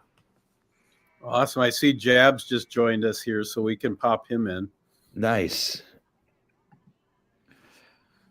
Did you just finish your meal, Jack? Oh, he's muted. I think you're muted on your end. Try. Oh, look who joined us. Pete. We got another guy coming in here too, Mason McElroy. But Jack, I think your microphone is muted. Check the little gear wheel below you and look under audio and see if it's got your mic connected there. Jabs, you're a young buck. You're supposed to know how to do all this stuff. You know, you're a techie. While he's doing that, he's just frozen. While he's doing impressed that, my Wi-Fi is working up in Fairbanks here. Oh, is he frozen right now? He's frozen. I'll tell him to hop in. Okay. Okay. So your Wi-Fi is working good in Fairbanks. Yeah, knock on wood. So Mason McElroy, of course, the Red Knights goaltender for 4 years, last year being his last year in Benilde-St.Margaret's red and white. He is now, is that red and white in Fairbanks too? Red, white, and maroon, yeah. Okay, did you ever want to like just get a different color at some point here? I'm kidding. No, red's my favorite color, so it goes well with the old red sweaters, so making it work. Around. John, did you know that Mason McElroy is on my team of play-by-play announcers here at the TV? I did not. And are you going to change the energy here? We've had, Riddle got us off to an early goal, and then we had kind of a bunch of pioneers in the second, and they took over. So if we get you in here and Jabs, maybe this thing will balance out. Yeah, we'll have some fun if we can get Jabs going here. Looks like we have some technical difficulties, though. Yeah, we do. So, but third period coming here, so this should be fun. What do you know about this squad this year? And, do you think they have a comeback in them here in the third? Hill Murray's tough. I think they do. I heard Gruba trying to say something that the Pios are a good third period team, but I think they're going to run into a storm of red here, and I think it should be fun, though. If Beaton keeps holding up in net, I think we work from the goal line out and try and get a quick one here and see what happens. Is this Beaton's debut? No, I think he got a start about a week ago against Chaska or Waconia, one or the other, and it's hard to tell what you got from a game like that, but this is his first high quality real test. Why do you think they started him instead of the other kid? Sorry. I think I missed the question. No, well, the question was why they go with him. I'll let you answer that, Mace, and then I'll follow up with what I think. Yeah, with talking with Grant Holler, the goalie coach, it sounds like they have a goalie room full of 4 just phenomenal kids. And so I think just he's been dominating at the JV level, and I think it's, with some ups and downs in some games at varsity with the other guys, why not give the young gun a look? We're talking dominating, John, at the JV level where they're playing Wayzata and they're winning 1-0 or tying 1-1. Yeah. He's making 56 saves on 57 shots. He's coming off a Bantam AA state title at Edina, and he's a very calm, functionally sound goalie. And I said to Grant, holla if you hear me, like, what's the holdup on this kid? And he's like, yeah, he'll get his time at some point. So there we go. Speaking of holdups, what's happening in the game here? What are they? Is this a penalty and they're sorting it out, or what did we miss? I missed it. Welcome, Jabs, too. It looks like you're full functional sound and picture. So you're in LA? Is that where you're at? Yeah, I'm out in Los Angeles. You got a good tan going. I like it. Hey, when you're from Minnesota, you got to take advantage of the sunshine when you can. Yeah, it was minus 17 today. We had to start up the car for about 10 minutes before you drive it. You remember those days? I do. I mean, there were times in high school after my injury where I couldn't go to school because there was too much snow or it was too cold to even get the car out of the garage. And that was before all the COVID stuff where you did online class. So it was just, a few extra days off for me. Which would have been awesome. Now it's like, no, we got you online, buddy. Exactly. No such thing as a day off. So, it's so cold out that I needed to grocery shop a couple of days ago. I blew it off, and that meant I would have had to go today. What was it, guys? Like minus 19 here today or whatever. And it was nothing but Grubhub today. Forget it. So we warm up tomorrow, and then I'm going to start pushing the cart through Jerry's Foods. Some will be good. I think that would be Cub Foods. Oh my! Well, you know who owns Cub Foods in this area? The majority of them. Yeah, Jerry's. Did you know that? Hey, Jabs, give us an update on both the progress of your amazing charity as well as your own personal progress. Like, how are you doing? I know the long-term vision is to beat paralysis as a whole, but like, what's the state of the charity and how's your own health? Yeah, thanks for asking. In terms of my health, I've been in a good position. I think for me, when it comes to the injury that I have, breaking C5, C6 vertebrae in the neck, and then at the same time severing the spinal cord, the doctors, of course, give you the worst case scenario. And in that case, it was, likely not being able to move the left side of my body and be lucky to just, bend my right arm. Within a week, I was already starting to surpass some of those, prognostications. And, I think all of us can relate when it comes to the athlete mindset, how important that was, not only for my journey, but anyone when they face adversity, injury, physical, whatever it may be. For me nowadays, I'm obviously still paralyzed, but I've got a ton left, or a ton more than I was ever supposed to. And I've continued to make progress even in the years after the injury is supposed to, quote unquote, plateau. For me specifically, I've been able to get stronger, use muscles that I was told I wouldn't be able to, got core muscles. And most importantly for me right now is I've been able to stay healthy and out of the hospital. Because of course, people with paralysis are a little bit more prone to infections or wounds and things that can really hold up your life if you don't take care of yourself. So, I learned a little early on that you had to be responsible and take care of your body. But, nowadays we're in a good position physically. The foundation itself is doing really well. We have the Jablonsky Foundation. Our mission is, of course, to beat paralysis, but from a more detailed level, it's about helping the lives of anybody living with a spinal cord. We want to improve the quality of life. And, step one is unfortunately not, stand up and walk, but in a lot of different ways, there's ways to improve our life with more physical gain in upper body function, feeling, bowel, bladder, sexual function. All those type of things are affected in some way, shape, or form with paralysis. And, of course, not a lot of people realize what's behind the curtains other than the obvious. And let's see, hopefully this guy can finish here. Well, yeah, I was just saying to Mason, you got to change the energy here. Riddle, the Riddler, got us off to a hot start. Yeah, and Basil is quite the guy. We got to know him pretty well in my years at Benilde, and when we were playing. He was our forwards coach on the year that we won the state championship, and a lot of good memories. Not a lot of stories we can tell on here, but he's quite the character. No. I know, shocking. Right. So shocking. Yeah. So, but he's one of a kind, and love the guy to death. He definitely played a huge impact in our run to the championship in 2012. Jack, I know you were thinking about getting on the air. I know you've done a lot of work, pods and things like that. Where's that part of your career at, and how are you progressing, and what do you want to see yourself doing? Yeah, great question. For me, you and I worked together in some of the state championships after my injury. That's awesome.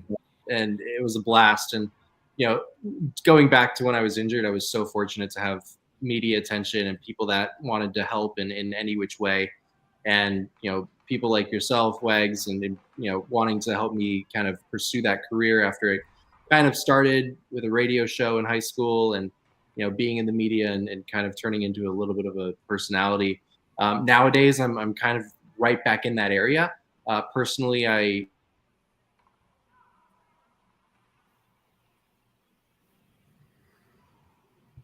Did he freeze? Looks like he froze up. Shoot, that was perfect too. He was rolling. Well, hey, switch to Mason. I'm going to go grab a power cord so I don't lose my connection. I'll be right back. Okay, well, Mason, I was going to parlay that into, hey, do you want to do some games? Yeah. Okay, keep going. I need some games here. No, and so Jack, while you were rolling, I was going to say, because you froze there, and I was going to parlay that into Jack. You want to do some games? I got a ton of them because you can do them remotely. So we should talk offline if you want to do some more games and do some stuff. But Definitely. Anyway, keep going. So you said you're starting to get back. You're rolling, and you got some stuff going on.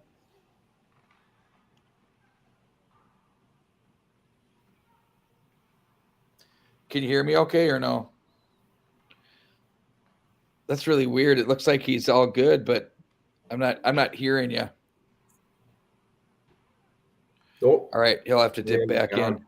All right, Mace. Yeah, we'll get you some And more then there were games. two. Like, I've got some this week. I don't know what it looks like for you, but we're doing some Hockey Day Minnesota stuff, and we're doing youth. That's this week then. Yeah, we're doing youth and high school games. So Cool. I've got some stuff to get filled if you're available. So for sure. Yeah, we have a pretty busy week up here. We have our Stick It to Cancer week, which is pretty cool how the Ice Dogs work with the hospital. So they give a lot of the proceeds over to them and for research and whatnot. So fun week Jack, of festivities. For sure. All right, Jack, let's try it again. So let's pick it up where you left off. Yeah. I went to school for communication and sports media after I kind of got a little bit of that feel in high school of working in front of the camera and behind a microphone. Nowadays, I still work for the LA Kings, even though I'm a diehard Minnesota Wild fan. You can't lose that. Right. That commitment.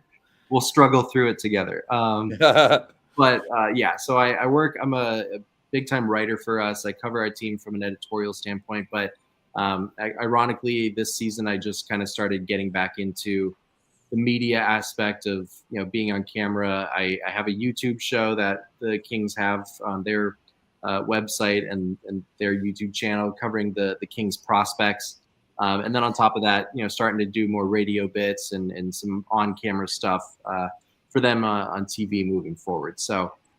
Exciting. I'm looking to get back into it, try to start, building that career back up. But overall, I'm in a dream scenario for sure. I'm going to give you a little bit of a push here because I liken myself a 34-year veteran of the biz of some sort. I've chosen it to be here like this, but you have really good command. Your spoken word sounds really good. Your diction is great. Your command of the English language is really good. Your energy is authentic. Just trust yourself, follow it, and go where you want it to take you because I believe in you and that I know you can do it if you want to do it. And if you don't, that's cool too. But you've got the ability. Just know you do. So I appreciate it. Sure. And, it's been a pleasure to have the opportunities and now, kind of in the area of just taking advantage of it.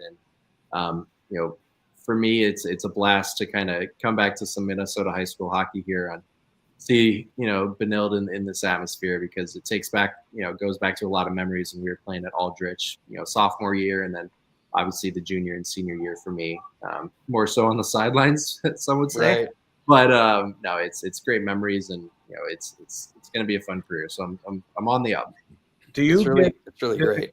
Do the Kings have a lot of I see Will Ferrell's always out there screwing around, and what actors do you see come through Tinseltown?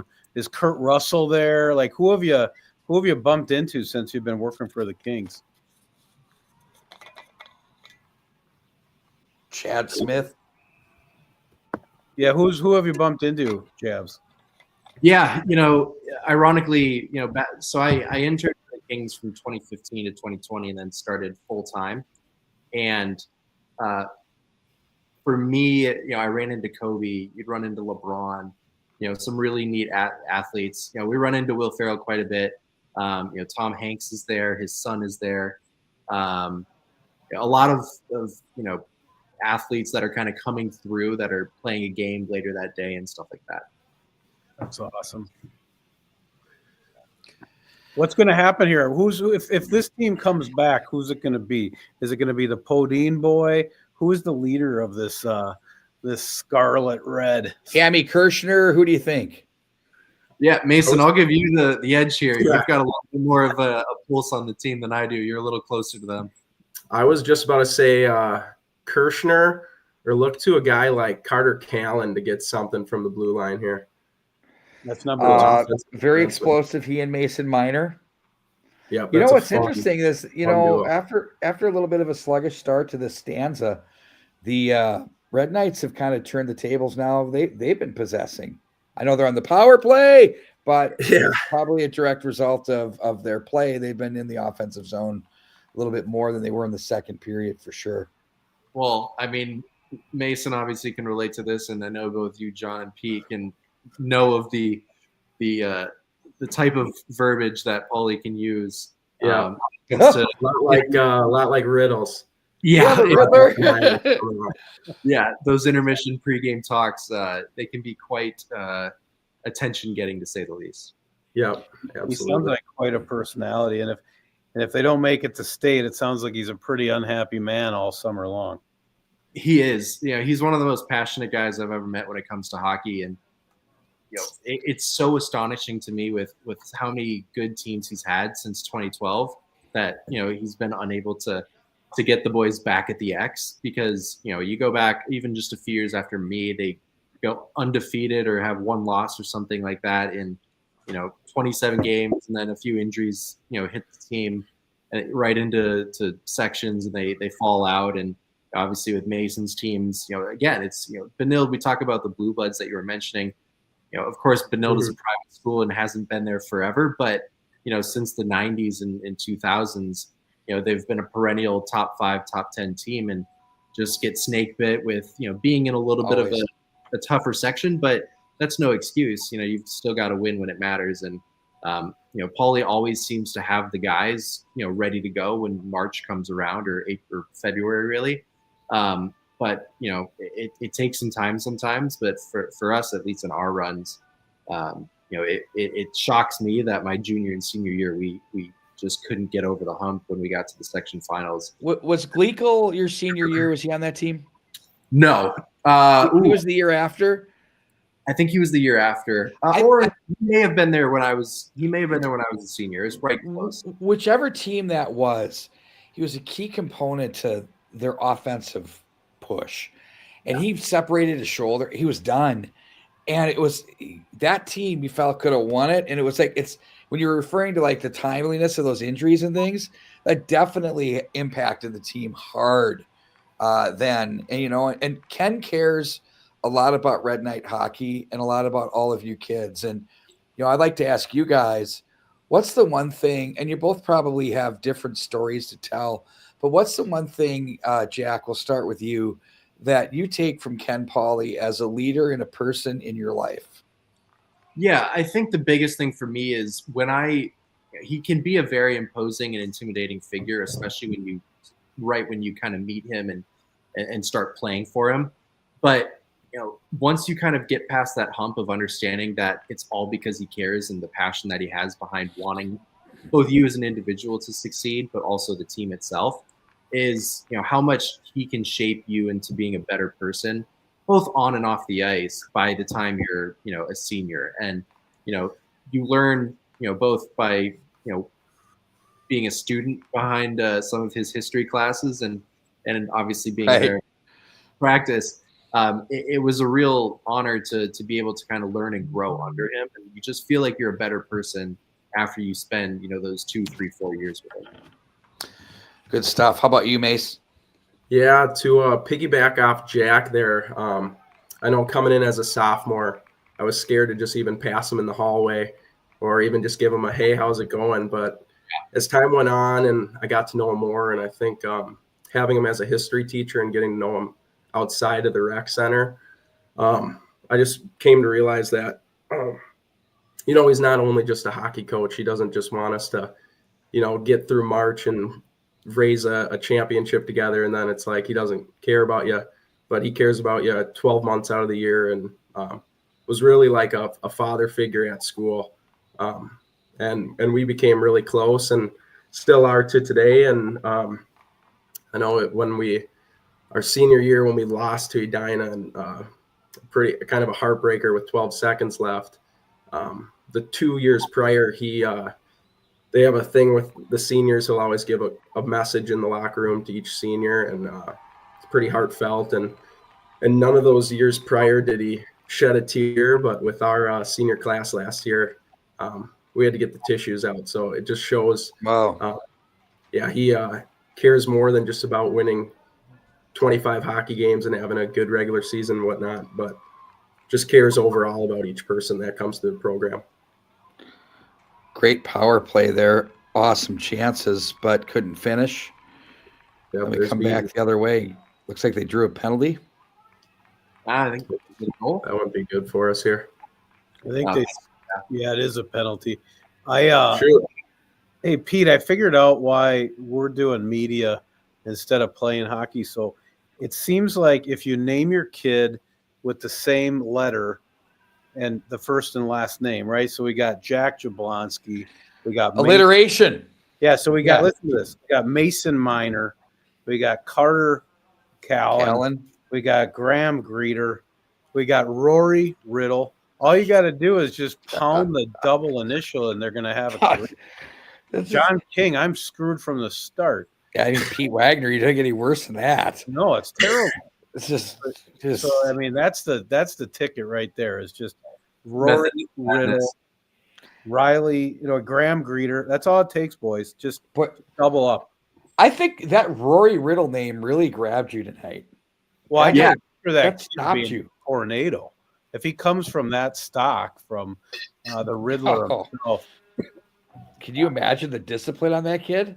What would you have to get paid an hour to babysit Rory Riddle? Oh, not enough. Like $700. At least. Like I got John, like you'd have to pay me the same amount to be able to babysit Troy. Like you can't let that go. Like he's the guy where oh my god, that's good. The bar and like because you don't know where he's gonna end up in 30 seconds. God. Yeah, you need an air tag on him for sure. It's a full-time job. Full-time job. Like he, with him as a coach for us, like he was great, and he has such a great hockey mind, and obviously knows how to score and has had success at all levels. He was phenomenal when it came to being a coach, but he played off so well with Paulie, who can be that stern, no emotion, at least when you're at the rink, and for him to be able to kind of be that liaison between the two, and of course with Russo as well on the defensive end during our time. We call him Razzle Dazzle because he was just all over the map. He was a perfect, person that you could kind of go to talk about the details with. If you're, as Mason said, like you're like, there's times where when you first start, you're afraid to ask Paulie a question because he's just that intimidating of a guy at first. And, he warms up to you and you start to understand why he is who he is. And there's a reason he's been so successful as a head coach, but Troy was a phenomenal person for us in our run. Those few years that we had him. I love that. A great good cop. He's so scary, but his nickname is Buddha. Like the opposite of what you would think. Oh, look at that! That was a good Picasso. Oh, did we get one? They scored. Yes. Oh, baby! Oh, look out! Oh, it's not over yet. We got a big finish here. About 5. Don't change the channel, Pete. Wow, it's just heating up. We're staying right here. Like I mean, honestly, like this is like I'm gonna finish. Jack Mace, I'm gonna sprain it here a little bit, my shoulder, pat myself on the back. Oh, like God. Who would ever think we could do a Manning cast like this for high school hockey? For real, like it's insane, isn't it? Yeah, this is awesome. I mean, I can't believe we can do this. So I'd like to thank our partners with Mark Williams and his whole team. They're just awesome. So we lost Jack. Yeah, you didn't. Once you started, giving yourself a promo, he was like, "I'm out." Yeah, I love giving myself promos. I used to do pro wrestling, so Jeb was like, "I'm not here for free ads." Yeah, he didn't want to get. He didn't like the self accolades. I will say, I'm curious from a Live Barn standpoint on this text. These teams are so fast, Pete, that sometimes they get ahead of the camera. I mean, that just shows how quick these guys are. I mean, that's pretty rare because we got auto follow 3.0 on these things. No, but they can still go ahead. They are quick, both squads. I mean that they are moving for sure. But one of the things is that we do have a little bit of a smaller screen here because of shrinking it in. So it's not as pronounced as you think. So anyway, a lot of speed on both these teams. This would be something. If you guys get the comeback here, the double, then it would just be true to form. The Riddler gets them started. Hill Murray dominates the second with all Hill Murray guests. Right. Yeah. Ruba, Bonin, Kowalska. You guys hop on. Let's see if you can finish. Ooh, they had a redirect in front. Hey, if that's the case, yeah, we might get some free hockey here from Aldrich. That was which I'm all for. That was Kirster down the. So I got to tell you, I interviewed Mason after one of his games, and he was firing it like he. I don't want to say like he was a cliche machine, but it was almost like the way he was answering the questions. It was as though the announcer was asking the question. It was so good. It was legend. It was that good. Well trained. Oh God, it's so good. It's a little bit amazing. One step at a time. Don't look past the next game. Get pucks deep. Was it all just generic? No, he threw it. He goes, yeah, in the second stanza, stuff like that. It was like it was just like nobody. It was so good. I'm like, and so when we were done, I'm like, hey man, I hear you want to announce. You want to announce? And so he's like, yeah. So this is coming from the guy who said you have nice diction to someone earlier on the live stream. So I mean that's a high bar. If you're just hey, you got nice diction to a guy that's on a live. I mean that's it's spoken from the master, I guess. So bad. I don't know if there's a higher compliment than diction. I don't even know if I know what that means. It's how you say it, what it means. Here, I gotta look it up right now. Apparently, Jack has it. So I appreciate that, Pete. I learned this in broadcasting school. Okay. Diction equals choice and use of words in speech or writing, degree of clarity and distinctness of pronunciation in speech or singing, enunciation. Choice of words for the expression of ideas, the blah blah blah blah. No, it's too long to be a Wordle word, so I don't really care. Yeah, but I mean, you guys just learned something here. I brought value. That's true. We're here for the youth. We're all here to bring value. You know who has the best diction of all time is Doc Emmerich. It's insane. What does he say? Ladle the puck in and all that stuff. It's filtered on through. That was the big one. But you know who my favorite is, Jack, is Bob Wasushin. I love Bob. He's great. He could take a 6-1 game and keep you there. It's like if you could be just like floating through on a game and go, and then he's doing it. It's like, well, it's so entertaining. I think he's the best. Yeah, love his work. You're running out of time here, boys. 2:30. Better pick somebody. Maybe Junior. Pretty good day for Beaton though in goal, Mace. I mean, yeah, he's been super sharp here. A couple grade A saves, giving the Red Knights a chance to get this thing evened up. Here we go, 2-1. Let's see right here, Aldrich. How much time do we got? 2 minutes and some change. 2:05. Yeah. Is the Hill goalie small? He looks like he doesn't fill a lot of the net. Is he a shorter kid? Can't really tell. Yeah, I think he was a transfer from Shattuck, actually. Nice. Really? I hope I'm not making that up, but I thought that's what I heard, so I don't know much about him other than that. That's what you private schools do, just pick of the litter. Well, as my good friend Bart Archer would say right now on cue. Well, Peter, it's about time it'd be a good time for a timeout. We think it's coming right here. Yeah, they'll let them line up, see what they got, and then they'll call it. You think? Yeah, that's what they always do. It's like clockwork. There's no way Buddha's not going to tee it up right here. Oh, he's not. I thought they maybe already used it. Oh, maybe they burned it. Or maybe that was busy fighting off the Riddler. Somebody took one at about the midway point, but I could be mistaken. When's the goalie coming out here, Mace? When is the goalie going right now? Got to get. I think you got to at least take the. I would almost take him right now, but I wouldn't have taken that shot if I was taking him. Yeah, probably not. You got to pull him here. Yeah, now it's just 3 hard on the puck here. Uh-oh. Okay. Winning battles both ways. Okay, regroup, little ladder play, get into the zone. Still not out. Yeah, 1 minute. Thank you. Let's see here. I was ahead of it, but that's all right. We got it. My phone is lighting up. Is yours? It's just Riddle. He's probably asking for bail money. And the empty netter. Oh, sorry, boys. Oh, that's a shame. Sleepy time. Sleepy time for St. Margaret's, I'm afraid. Yeah, they're a second half season team. Okay. Oh, yeah. I think we're there. Good battle, though. Two good teams, real fast. Benilde seems like they're just a titch below the cream of the crop based on their schedule and the teams that are beating them, but they could be dangerous. They certainly have the offense, and the goaltending was good. Well, you think about it. Empty netter against Moorhead, who's lost once in Moorhead.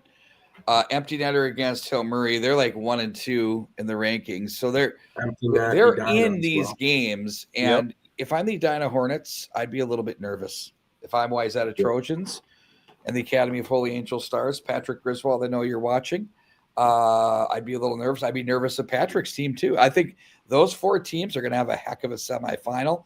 St. Louis Park is kind of lurking around as probably the 5 seed who could create some problems for somebody too. So sections are going to be something else. Hey, Jabs, just as we finish, how does somebody get involved with your foundation? Where do you want them to go, and website or whatever? Yeah, absolutely. If anyone has interest in checking out what we do as a foundation, donating, becoming a part of what we've got going on, you can visit jablonskyfoundation.org.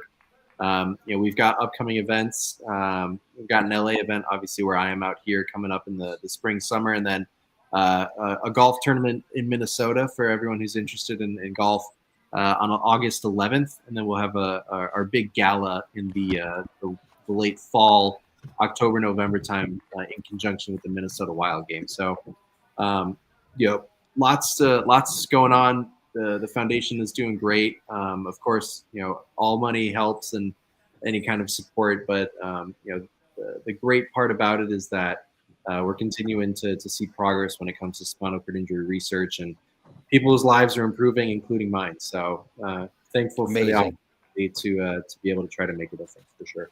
It's always so good to see you, Jack, and every time I do, it makes me smile. You're just a great man, and I will be reaching out to you on the side to see how we at MNHockeyTV and Live Barn can get involved with your golf event for sure. Yeah, so I'll send you a text or a note, and we'll get that going too for sure. Hey, thanks for joining us, both of you. Thanks to Cub Foods. Yeah. Thanks to Hockey Yak. Pete, Tuesday Night Lights, we're halfway through. That's 3 out of the 6 games. So I really appreciate you guys taking time out of your Tuesday night and joining us. So keep doing good work, Jack. Keep doing good work, Mace. And this has been Tuesday Night Lights. Love you both. Thanks for having me. Have a good night. Peace, boys.